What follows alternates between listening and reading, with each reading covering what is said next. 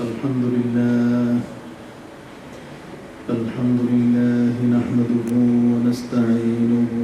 ونستغفره ونؤمن به ونتوكل عليه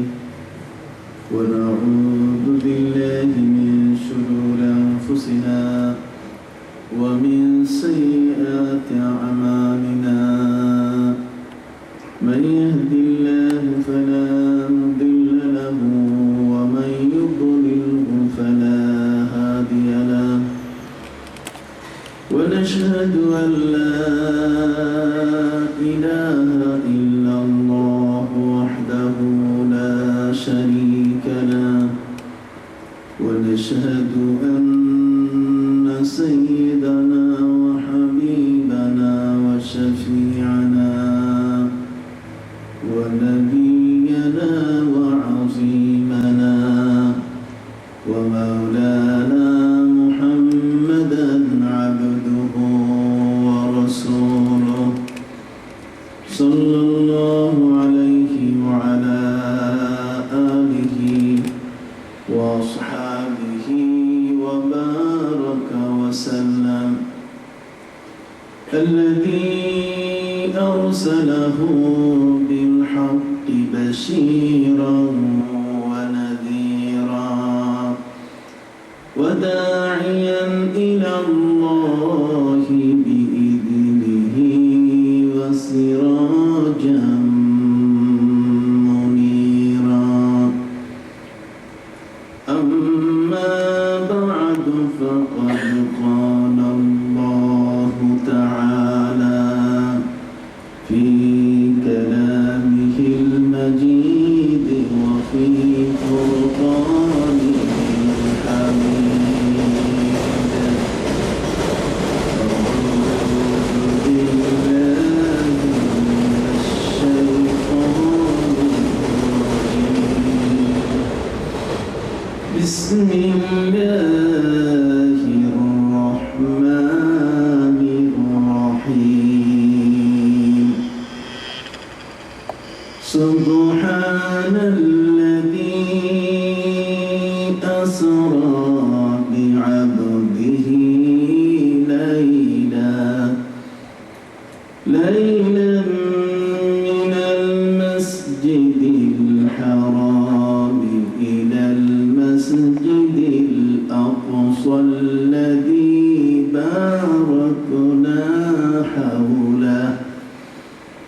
الذي باركنا حوله لنريه من آياتنا إنه هو السميع البصير وقال تعالى في مقام آخر ثم دنا فتدلى فكان قاب قوسين أو أدنى فأوحى إلى عبده ما أوحى ما كذب الفؤاد ما رأى وقال تعالى مخبرا وآمرا إن الله وملائكته يصلون على النبي يا أيها الذين آمنوا صلوا عليه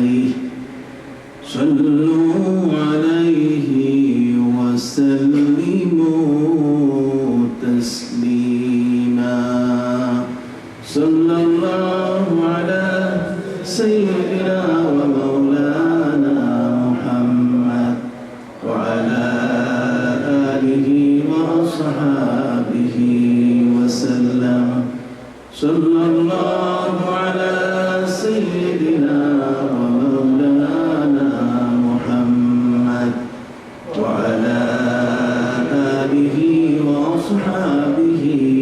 وسلم صلى الله على سيدنا ومولانا محمد وعلى آله وأصحابه وسلم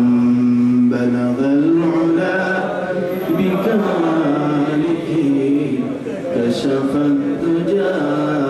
بجماله حسنت جميع خصاله صلوا عليه وآله بلغ العلا كشف الدجى بجماله حسنت جميع خصاله صلوا عليه وآله كسف القمر بجماله عزز البشر بكماله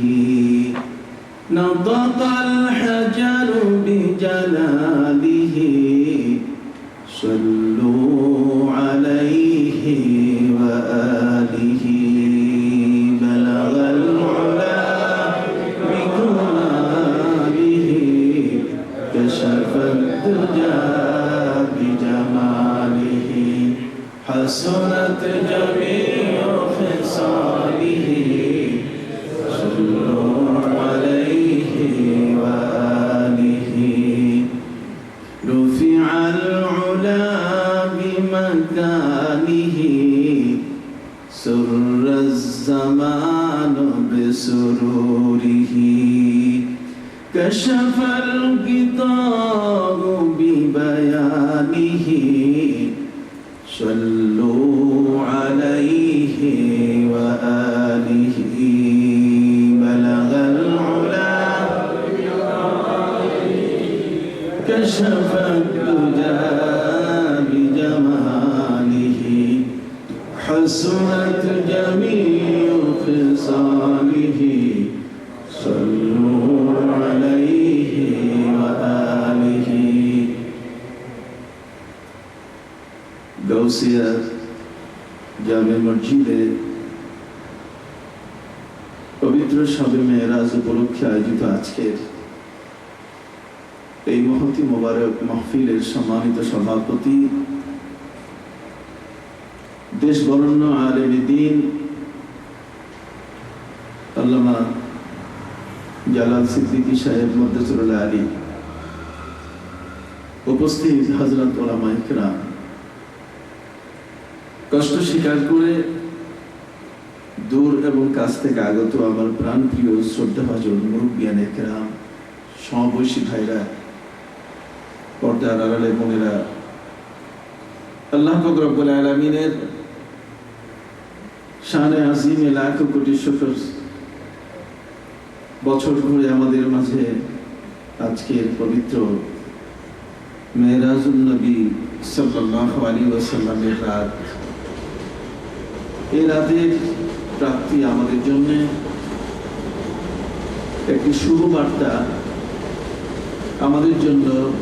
একটি কল্যাণ বার্তা, এতে কোনো সন্দেহ নেই। যে রাজাবুল মুরাজ্জাব, যে মাসটিতে এই বিশ্বজগতের সবার শ্রেষ্ঠ নবী, প্যারা নবী রাসূল করিম সাল্লাল্লাহু আলাইহি ওয়াসাল্লামকে আল্লাহ পাক রব্বুল আলামিন নবমণ্ডল ভেদ করে তিনি তাকে তার আরশের মেহমান বানিয়েছিলেন। সারা পৃথিবীর মধ্যে যে ঘটনাটি আজকের জ্ঞান বিজ্ঞানের জগৎকে নাড়া দিয়েছে, বিশ্বব্যাপী নভোচারীরা আজ কৌতূহল বশত জানতে আগ্রহী পেয়ারা নবী রাসূল করিম সাল্লাল্লাহু আলাইহি ওয়াসাল্লামের সর্বশেষ গমনস্থল ছিল কোথায়, কিভাবে তার সেখানে গমন হলো, আর কিভাবে সেখান থেকে তিনি ফিরলেন। সম্মানিত সুধী, এই একটি বৈপ্লবিক ঘটনা যা উম্মতে মুহাম্মাদীকে এই পৃথিবীর বিজ্ঞানের শীর্ষস্থানে আসন দিয়েছে।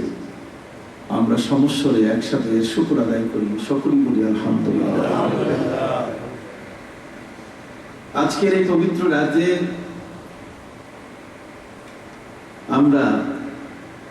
সেই প্যারা নবী রাসূল করিম সাল্লাল্লাহু আলাইহি ওয়াসাল্লামের জীবনের সাথে ঘটে যাওয়া